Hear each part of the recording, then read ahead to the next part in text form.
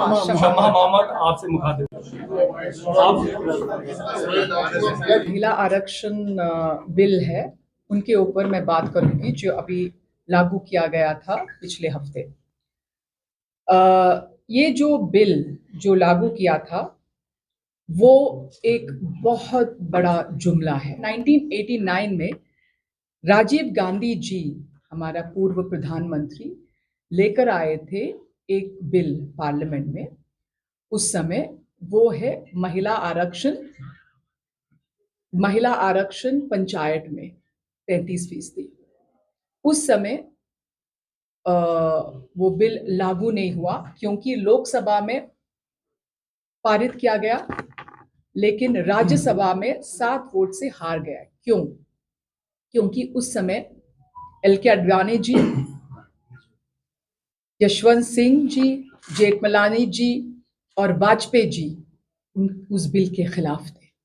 1992 में जो नरसिम्हा राव जी के जो सरकार के समय ये बिल वापस आ गया और हमने उस समय ये बिल लागू किया। हमारे पास उस समय हमारे पास बहुमत था तो हम लागू किया और 33% आरक्षण मिला महिलाओं को पंचायत में, और जैसे केरल जैसे जगह में 50% है। अभी 9 साल बीत गया है और 2014 के उनके मैनिफेस्टो में है महिलाओं को आरक्षण देना चाहिए लोकसभा और विधानसभा में।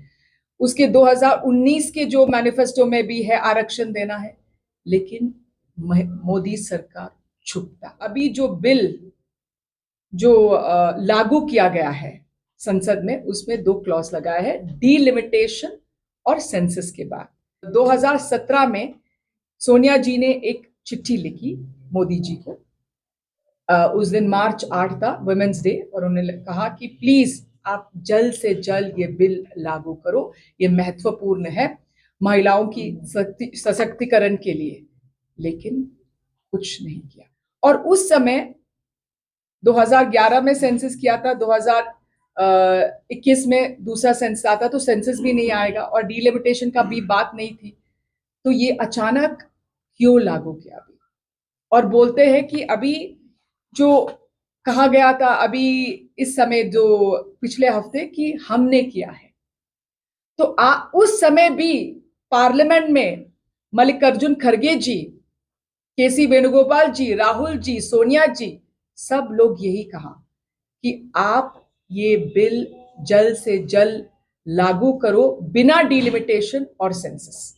और एक और, ओबीसी को भी आरक्षण अलग दे दो, क्योंकि हमने 2010 के बिल में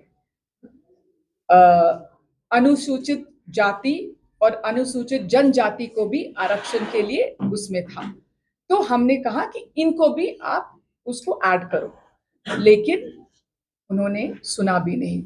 और सवाल आज उठ जाता है कि मोदी सरकार क्यों डरते हो कास्ट सेंसस, क्यों डरते हो? इसलिए आज हम बोल रहे हैं कि ये जो विधेयक है जो उन्होंने लागू किया है, ये 33% महिलाओं की जो आरक्षण की जो विधेयक है, वो एक बहुत बड़ा जुमला है।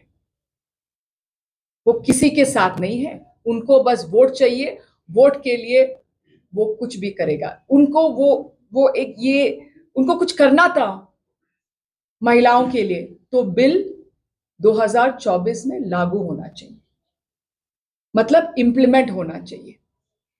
कैसे बोल सकते हो जब बिल का समर्थन नहीं करते हैं? तो हम सब वोट किया बिल के लिए।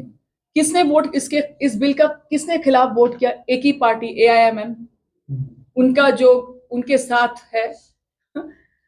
हमारे सब जो भी है इंडिया ब्लॉक का, सब ने लोकसभा में और राज्यसभा में वोट किया। तो कंट्री को फायदा कब होगा वो पीएम को बताना पड़ेगा। 2030 के बाद कब करेंगे आप डीलिमिटेशन, वो तो बता नहीं रहा। कब करेंगे आप सेंसस, वो तो बता नहीं रहा। कब करेंगे आप कास्ट सेंसस, वो भी बता नहीं रहा। हमने किया था urban Naxals. I don't understand what he means by an urban Naxal, no. So he cannot say. If I heard the Prime Minister was talking on corruption again, and I want to tell the Prime Minister of India, nobody from my party has gone to prison for corruption. The person who has gone to prison for corruption is Yedurappa. Okay, he was convicted in 2011, and they still made him the chief minister later on. So he is the one. There has been an investigation against Ajit Pawar. They have said that Ajit Pawar is involved in a 75,000 crore irrigation scam, not us. Devendra Fadnavis has put this huge allegation. Kirit Somaya, their former MP, has put this, and even the Prime Minister, 1.5 months back in Madhya Pradesh, he gave a bhashan in which he said that Ajit Pawar is correct. Then I want to ask the question today. One, he is a part of your alliance in Maharashtra, and why has the ED stopped their investigation of Ajit Pawar when you are investigating opposition party leaders? For example, Abhishek Banerjee, there is an investigation happening. Why don't you continue with Ajit Pawar? The question arises today is when Suvendu Adhikari, there was an investigation against him in the Narda scam. As soon as he joined the party, it stops. Himanta Biswa Sarma, there was a CBI probe against him. The minute he joins the party, the probe stopped. Now, we think Jammu and Kashmir should conduct the elections. I fail to understand why, in the history of India, a state never has become a union territory. We have heard of union territory becoming states. A state became a union territory without asking the people of Kashmir, Jammu and Kashmir. Did you hold a referendum? No. Who are they to do it? Tomorrow, if somebody wants to divide any other state, is it justified? Don't the people of Jammu and Kashmir have a say in their state? Who gave him the right to divide Jammu and Kashmir and make them two union